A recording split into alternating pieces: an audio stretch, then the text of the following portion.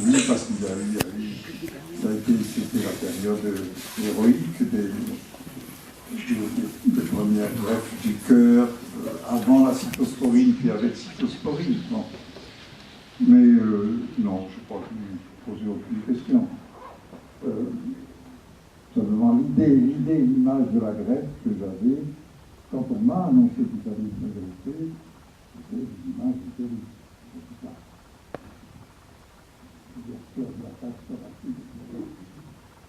Mais au moment où il a fallu me greffer, c'est-à-dire au moment où j'avais passé sous le scalpel de M. Fett, voilà, c'était M. Fett, on déjà assez terrorisé. Et ça, c'est normal, c'est-à-dire qu'on peut passer naturellement de n'importe quelle opération, mais c'est vrai que ces opérations, on peut dire, largement la poitrine, etc. Bon. Mais je sais que l'axe de votre question n'est pas là. Il est parce que vous avez déjà une ou deux fois prononcé à Akita patient. Et alors là, je dois dire que il y a 22 ans que je suis greffé. Je viens d'entendre mon voisin vient de me parler d'un greffé de 30 ans. C'est bien, chaque fois que j'entends des âges plus avancés en greffe, ça me redonne de l'espoir. Mais c'est pas la question, c'est à qui appartient. Alors là, je suis sûr d'avoir une réponse très lumineuse, très forte. Que le dans ma poitrine, il appartient à tout le monde. Il appartient à la vie. Aucun organe n'appartient à quelqu'un. Mon corps ne m'appartient pas. On n'est pas dans une affaire de propriété. Je crois que c'est essentiel. Et je crois que s'il y a tant de problèmes qui tournent autour de ça, c'est parce que nous avons l'idéologie, le fantasmatique de la propriété qui produit un peu tout à l'avance. Ça peut être une fantasmatique de la propriété matérielle, c'est-à-dire à moi, ça, personne ne me le demandera. C'est aussi une fantasmatique plus pernicieux, je dirais, de la propriété. C'est un corps. Si on ne sait vérifier rien dans mon corps, je suis mon corps, mais je ne l'ai pas. Je n'ai pas pour autant une propriété. Et je peux passer une chose très simple. Si on avait greffé du foie en Étruske, le 5e siècle avant Jésus-Christ. Mais cet Étrusque aurait eu beaucoup de raisons de penser que peut-être ce foie qu'on lui avait greffé, c'était le foie de l'identité d'un autre. Parce que pour un Étrusque, lequel on n'avait pas beaucoup d'importance, le foie avait une très grande importance. C'est avec le foie que l'Aristique voyait la vie. Donc, le cœur a dans notre culture une place symbolique telle qu'on y attache une quantité de signification. Mais pas plusieurs raisons de cette signification au cœur, au gros orteil. Parce que en gros orteil, ça peut aller, en cœur, c'est vraiment mieux.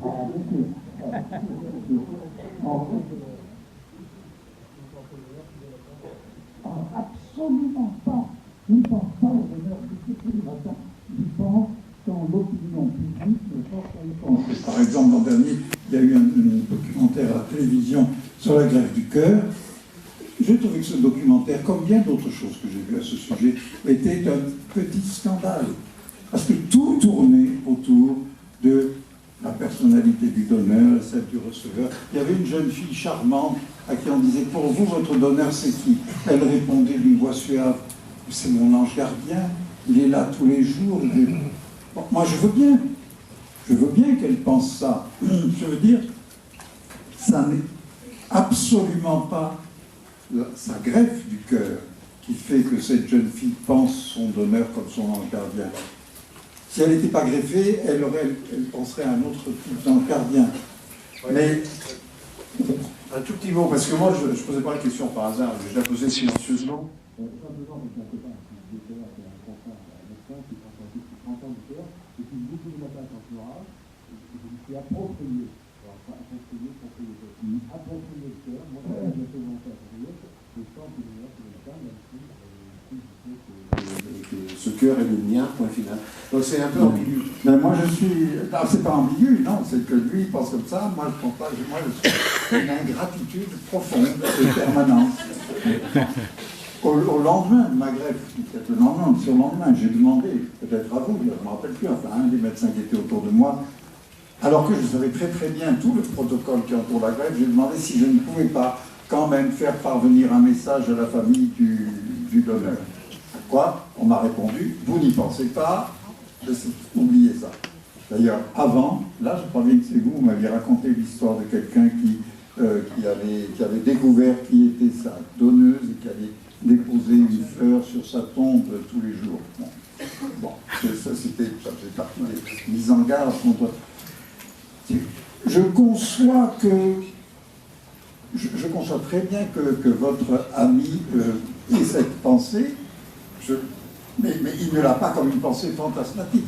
Moi, je pense aux gens avec lesquels on se trouve devant des formations de fantasmes. Il y a une comédienne française qui s'est permis de publier, je sais pas, 1 an, 2 ans, qui est greffée du cœur, un livre dans lequel elle raconte que le mari de la femme dont elle a eu le cœur l'a reconnu à travers, l'a reconnu les sentiments de sa femme.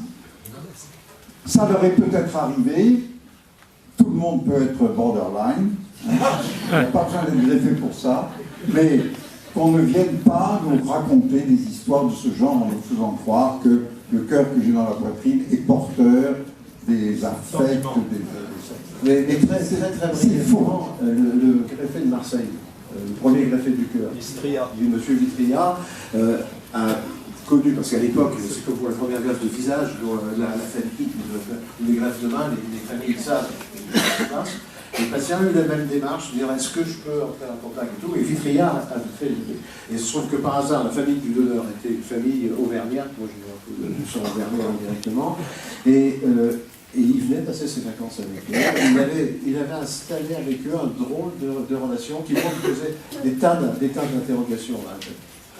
Oui, mais là, il s'agit justement que le donneur reste vivant.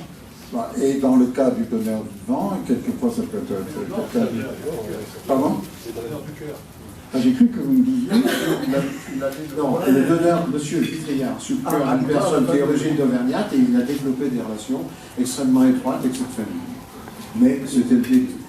Jean-Georges Crête. Oui, je voudrais juste ajouter quelque chose à ça.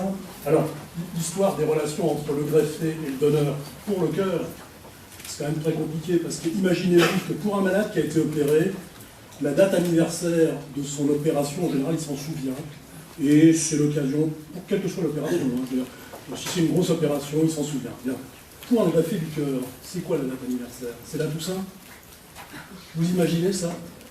Que tous les ans, à la Toussaint, le gars qui a été greffé du cœur va aller mettre des fleurs, je ne sais pas où, enfin, c'est invivable. Enfin, non, mais c'est pas ça que je voulais dire. Moi, je n'ai pas de date anniversaire, je n'ai même pas la mienne. Sauf, comme c'était à peu près Pâques, je sais quand même que Pâques, c'est joli, parce que avec la résurrection, les cloches, je suis très bien. Ce que je voulais dire, c'est qu'il y a une grosse différence entre les patients qui reçoivent des organes comme le rein, le foie, sur lesquels on ne projette pas quelque chose de particulier.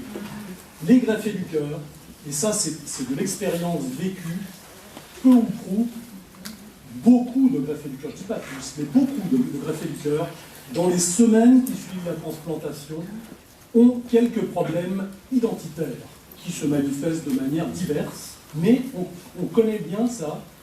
Et ça se tasse à la longue, là, ils finissent par se dire bon, ce cœur, il est à moi, point à la ligne, et il marche. Alors que pour le rein, par exemple, la position du malade, très souvent, c'est de dire j'ai un organe malade, on en propose un, je le prends, point. C'est mécano, alors que pour le cœur, la projection qu'on met dans l'organe sur l'âme, les sentiments, l'amour, etc. Comme les malades qui me disent, quand j'ai opéré un malade du cœur, je dis comment vous l'avez trouvé mon cœur? Je leur dis toujours la même chose, je leur ai dit je l'ai trouvé plein d'amour. Point. Donc, ils prennent ce qu'ils veulent. Alors je pense que ce qui vous sépare, et c'est aussi Parlez bien dans le micro, je pense que ça marche mieux. Ce qui vous sépare, vous êtes très loin, j'ai envie de penser, vous comprenez bien que c'est difficile de faire admettre l'idée que mon corps ne m'appartient pas, qu'il appartient à la nature. C'est un postulat de départ auquel un philosophe peut arriver. La plupart des gens, en particulier quelqu'un qui est appelé à donner un organe, si on lui dit de toute façon ça ne t'appartient pas, c'est une question qui peut se poser. Est-ce que mon corps m'appartient, est-ce qu'il appartient à la nature? Et qu'on met beaucoup de temps à arriver peut-être à une réponse. Vous n'êtes pas à cette réponse depuis que vous êtes... Non, attendez, permettez-moi, depuis 22 ans, à chaque contrôle, nous avons régulièrement au service de la greffe, enfin, au service de cardiologie maintenant, je rencontre des greffés. Et puis il y a d'autres quelques occasions de l'association des greffés, je rencontre. Jamais cette question ne surgit. Je vis surgir beaucoup de questions de possibilité de travailler.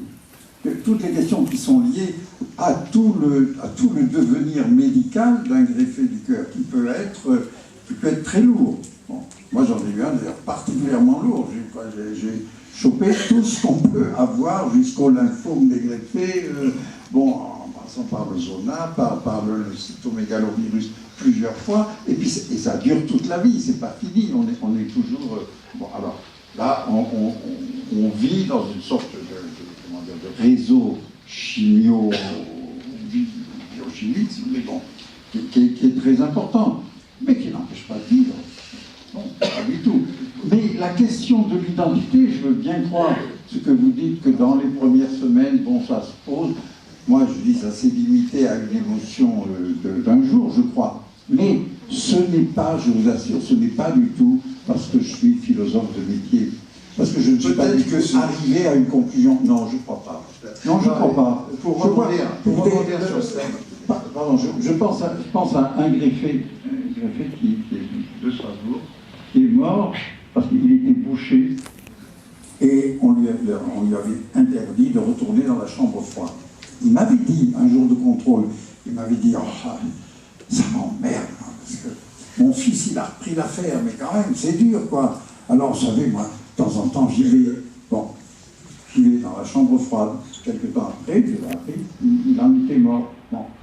Et cet homme, évidemment, ça prend un exemple, alors on peut en opposer un autre, mais moi, je vous assure que pour l'expérience que j'ai, cet homme est plus représentatif que la majorité des greffés, peut-être au-delà des premiers temps, que la femme qui raconte que l'ancien mari ne pas donner, il est tombé amoureux. Non, un tout petit mot pour rebondir sur ce que Fred se dit, parce que je crois que ça a beaucoup de signification. Moi, j'ai eu l'expérience des greffes abdominales, le foie, le rein, le pancréas, et des greffes composites, c'est-à-dire les mains et le visage. L'expérience abdominale, pour le foie, j'ai le sentiment que ça ne pose pas de problème. Pour le rein, quand on discute avec les patients, ils disent au moment où je commence à pisser, pardonnez-moi, mais quand je vais pisser, ça me dit quelque chose au départ.